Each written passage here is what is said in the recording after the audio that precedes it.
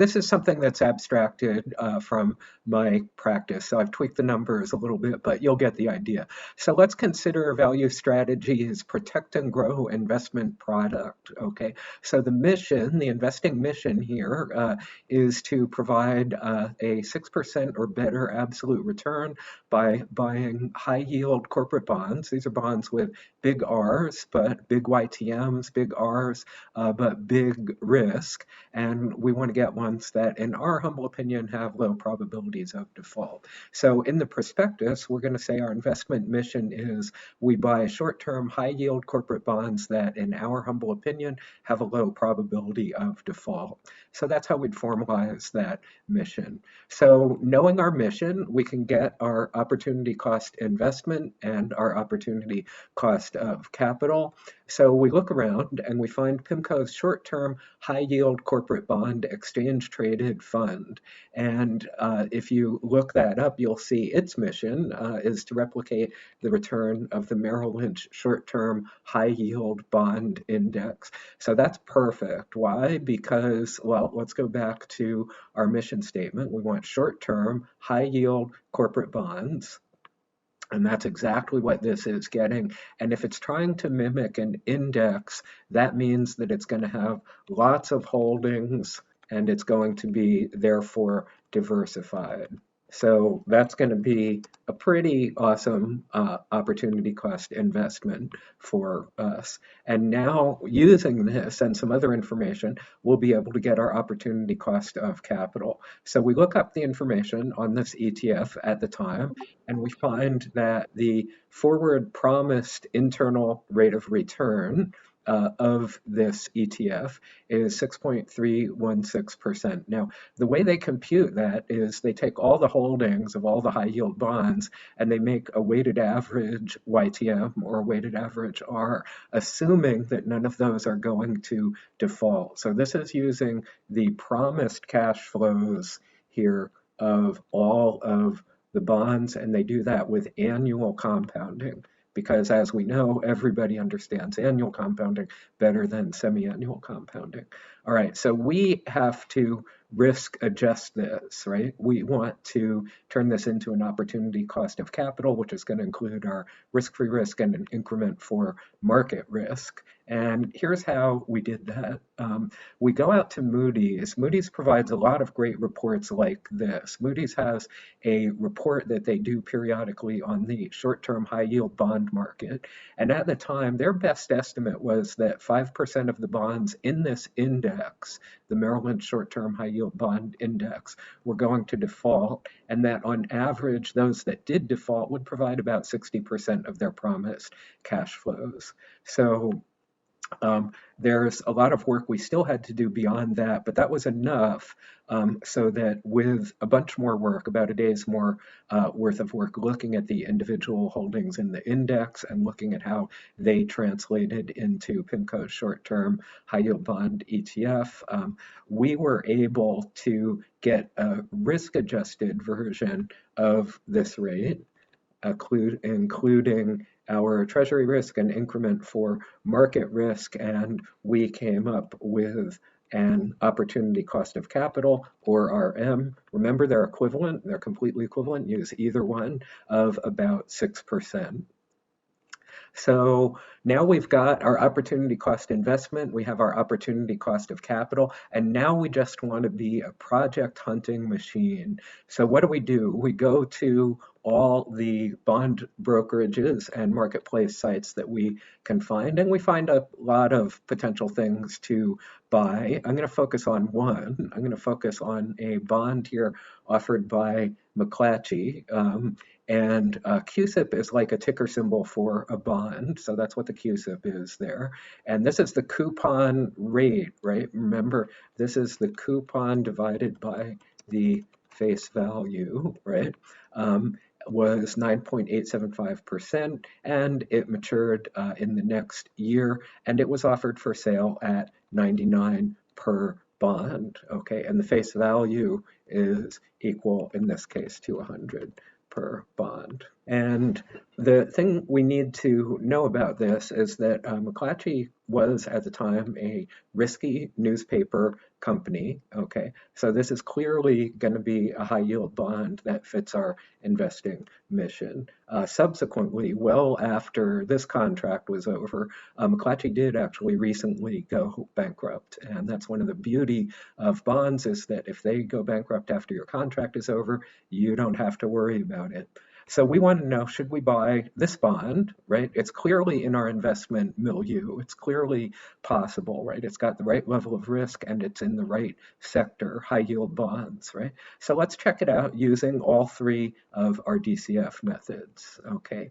So we've got now our opportunity cost of capital, but now we're also going to want to get our project risk adjusted cash flows. So we start, as always, with the promised cash flows, and these come from the bond contract, right? And so the contract says the initial buyer paid $100 per bond. After that, M&I was going to pay whoever's holding the bond half of the $100 times the coupon rate, which was 10%. So that works out to 4.9375 per bond remember these bonds pay out semi-annually, so every 423 and every 1023. So you get half of the coupon twice a year, just like any other bond that we talked about in handout 8C. At the end of the contract, M&I is McClatchy. M&I is ticker symbol for McClatchy, publicly traded company. They're going to pay 104.9375. That includes the last rent payment on the money, the last interest payment, and the face value of 100. Okay, and so now let's go to today. We know what the contract is. Let's see how that translates to today. So if we're going to buy the bond today, we're going to pay $99 a bond. That's the marketplace price. Nothing we can do about that. And then the contract says that to keep going until the contract ends, okay, note how we're conveniently one day after the April payments, which are made on the 23rd of April. So we're one day after that. So the next coupon payment to come up is going to be 1023. And then the contract ends 6 months after that. So that's when we're going to get the final coupon payment and the principal or the face value back. So that's what's going on there. So we take the general contract, we take what we're going to pay for the bond, and then we can, from those two things, figure out all the promised cash flows for this project.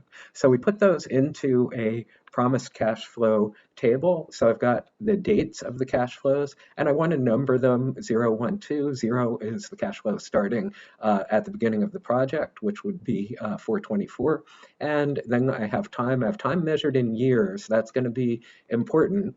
We could do time in semi-annual units, but we just have to be careful to have consistent units with our discount rate, right? So I'm choosing to do this in years. So we know if we buy the bond today, we pay 99, so that's a negative cash flow. We know in 6 months we get a coupon payment of 4.94. This is if nothing goes wrong. And then 6 months later, we get our principal back and another coupon payment. So the total is 104.94 there. Okay, so we need to adjust these for project-specific risk, right? For our stupid manager risk, right? Okay, because we've got all our other risks in our discount rate and our opportunity cost of capital. This actually takes a lot of work. So this is maybe 2 days worth of work. We look at other companies with similar risk. We do what are called pro forma projections of M&I's balance sheet, income statement, cash flow statement, and we do worst case, expected case, best case, all sorts of stuff like that.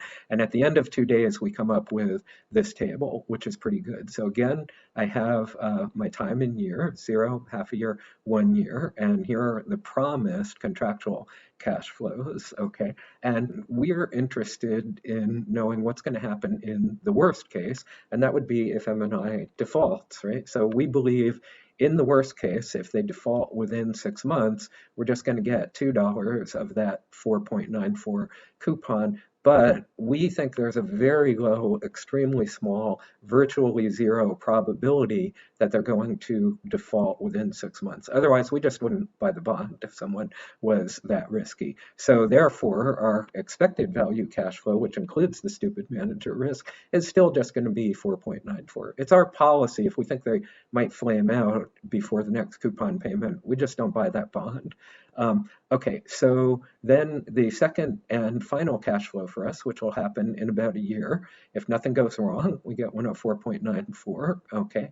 And we feel like if they do default, we're only going to get about 80 of that contractual payment instead of 104.94. And we think there's a very small probability of that happening, about 5%. So we get our expected value cash flow of 103.69. And let me just put in here how we got that. So our 103.69 is equal to 104.94 times 80, times 95% plus 80 times 5%.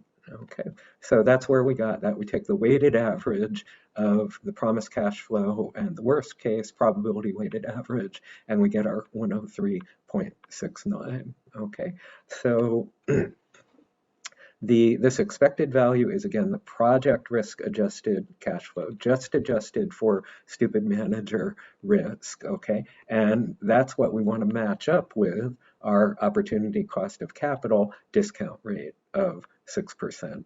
So now we're good to go. So now we have a set of cash flows we can use, we have a discount rate we can use, and we're ready to start applying our three methods. So let's first apply the NPV method to this bond, okay?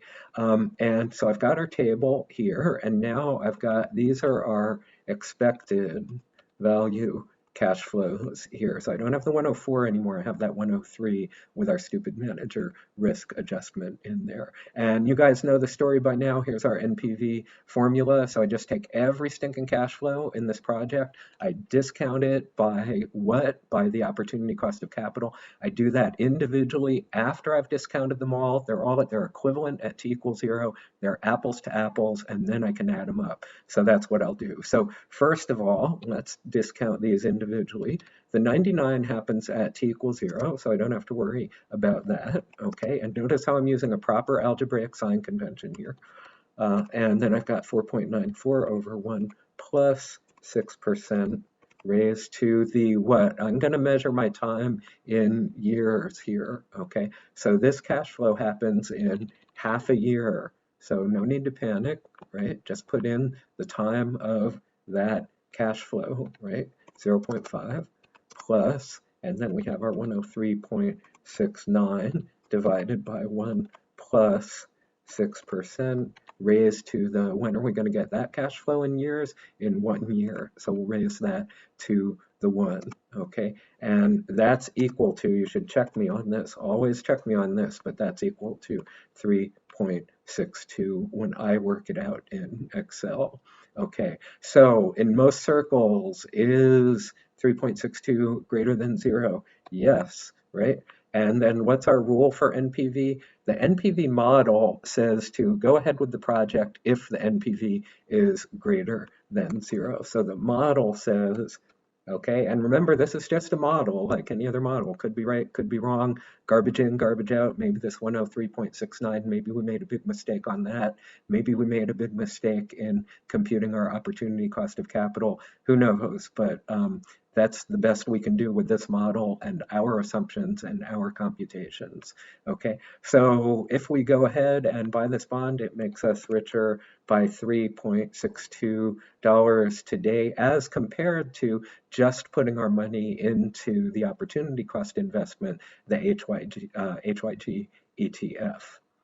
Okay, so that's the NPV method. Let's do the BCR method. Before we start, let's note we should get same recommendation as NPV, right? The numbers will be different, but the recommendation should be the same. So the BCR is just the present value of the cash inflows divided by the present value of the cash outflows. So that's going to be equal to 4.94 over 1 plus 6% raised to the 0.5. Remember that happens in half a year, plus 103.69 divided by 1 plus 6% raised to the 1. Okay, and now I want to bracket this whole thing because this is going to be my numerator in the BCR ratio. And for my denominator, what do I have? I have the absolute value of, I've just got one cash flow that's negative happening at t equals 0, so I can just put that 99 in there, right, like that. And if you work that out, I get 1.0367. And you should, as always, you should check this, right?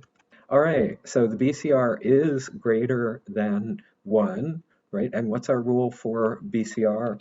That implies we should, BCR says buy the bond, same as NPV. Okay, and that's what I've gotten written for us down here. Buy the bond, same conclusion as NPV. But remember, we can't say how much richer this makes the firm, right? So we're not getting as much information from this.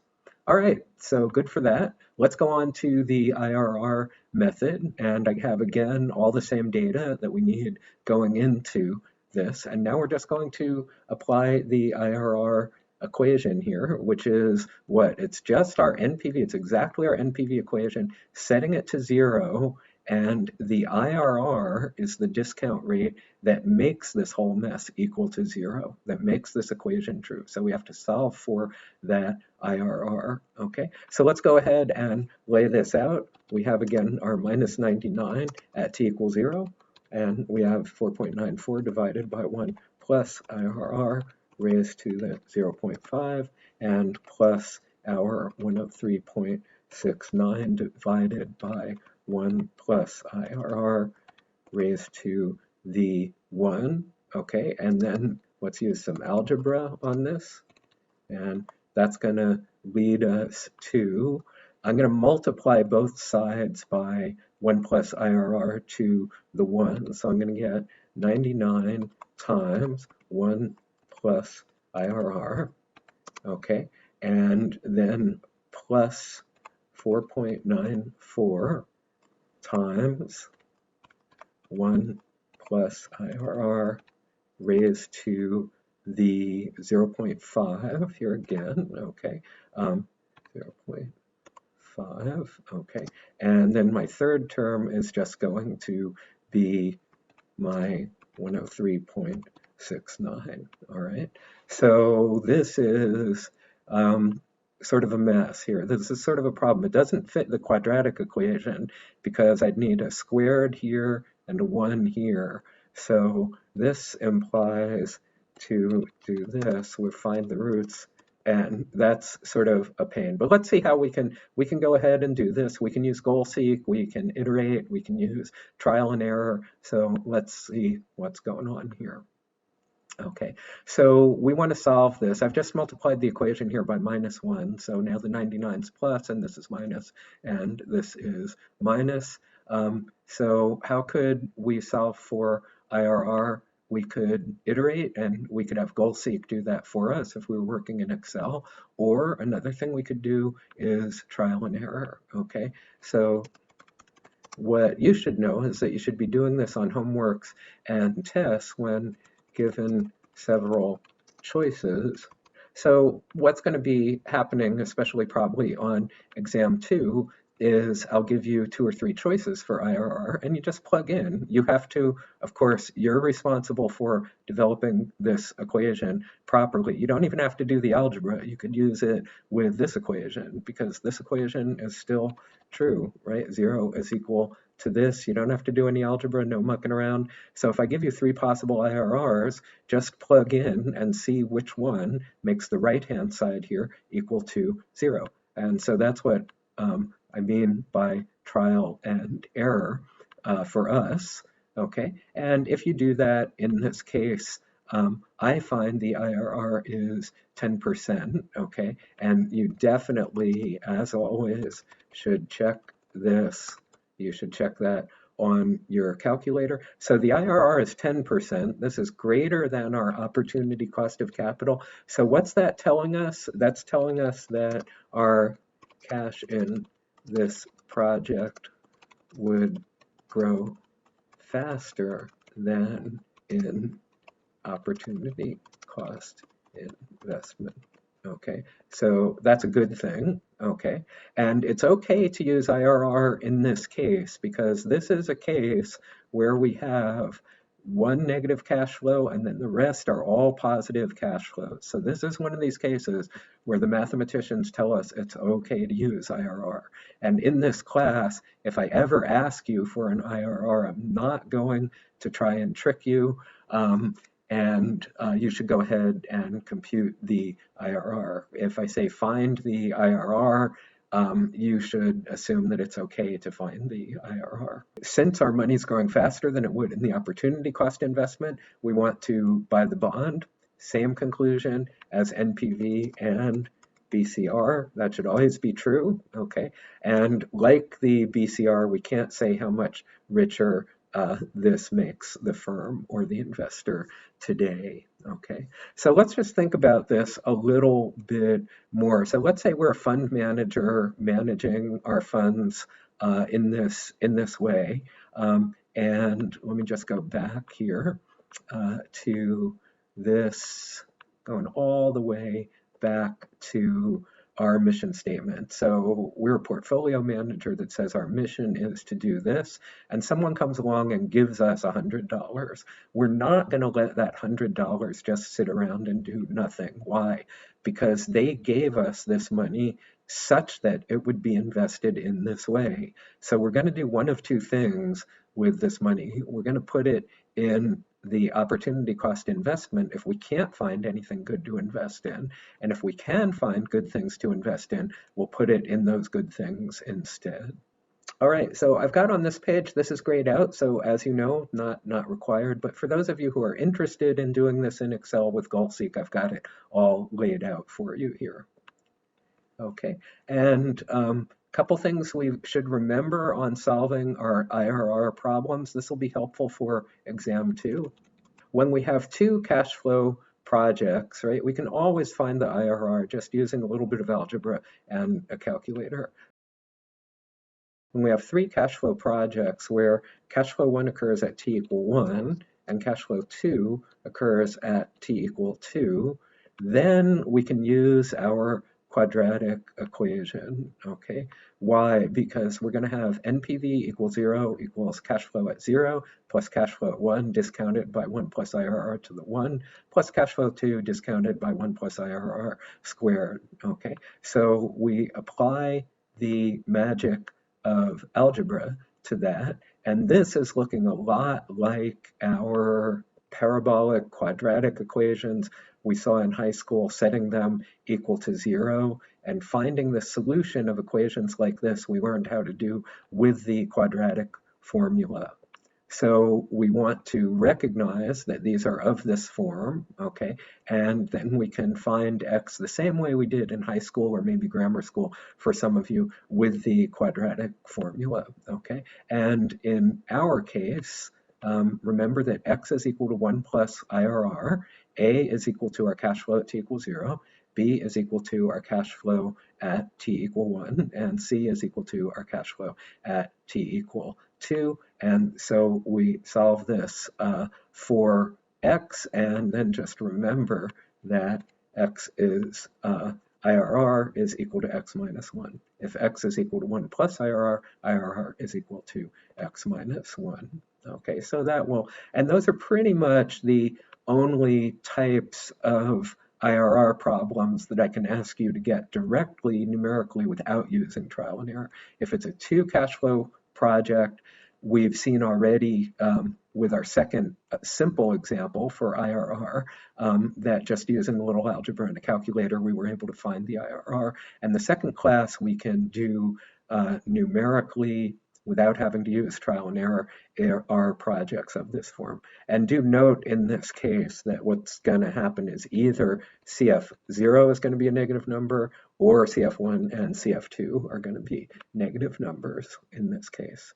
Okay, so that's it for the real world example and the IRR. And I just want to put these a little bit now, all of these DCF methods into context and think about who uses them and why they use them. So when we use all these above assumptions for computing our opportunity cost of capital, and we find an investment with positive NPV, BCR greater than 1, or IRR greater than opportunity cost of capital, what we're saying is that the market is underpricing the investment. Okay, so what we mean specifically is the NPV of this investment's cash flows is greater than the NPV we would get with alternative investments of the same risk. Okay, so we're not believing in the completely efficient market hypothesis. We're saying here that if we analyze things better, we can do better than our opportunity cost investment, right? Our alternative investments would be our opportunity cost investment. Okay, so we're saying if we buy into this, that if we're smart enough, we can beat the market. And this is something that, as we know, Warren Buffett and Merrill Whitmer do all the time. It's also something that risk arbitrage desks at investment banks do all the time. And the last thing I'd like to say about this, and I'll say it in the context of our real world example. So I'm going to go way back to the beginning of that. And I want to go back to the situation where we get $100 to invest. In the real world, we're not going to get $100 to invest. We're going to get, one client's going to give us 100,000, another's going to give us 100,000. So we're going to have $1 million to invest, or hopefully 10 million or 100 million to invest. So we're clearly not going to take all that money and invest it if we find McClatchy in this beautiful McClatchy bond. What are we going to do? As soon as we get that $1 million from, say, 10 clients, we get our $1 million from 10 clients, we're going to put all of that money into our opportunity cost investment. Then we're going to start looking around for better things. So we'll find something like the McClatchy bond. We like the McClatchy bond because based on our best analysis, it has positive NPV, et cetera, et cetera. So even if there's $1 million of this McClatchy bond available, we're not going to invest all our $1 million into that. We're going to invest maybe $50,000 into that McClatchy bond. And we're going to keep going and keep going. And every time we find a good deal, we're going to invest $50,000 in that. Why? Because we want our portfolio, whether it's invested in the opportunity cost investment or a whole bunch of individual bonds that we've found we need to be diversified, right? So if we limit ourselves to 50,000 for each bond, then ultimately, if we can find enough good bonds, we'll have 20 individual bonds in our portfolio, each of which has a higher IRR than our opportunity cost investment, and we should do pretty well. But that's important. In general, we're not just going to take all the money that we have available to invest and throw it in a single project. We're always going to do this in the context of a diversified portfolio and take something like a maximum of a 20th and a 30th or a 30th of our total funds to put into one project. Okay, that does bring me to the end of this chapter. So I'm going to sign out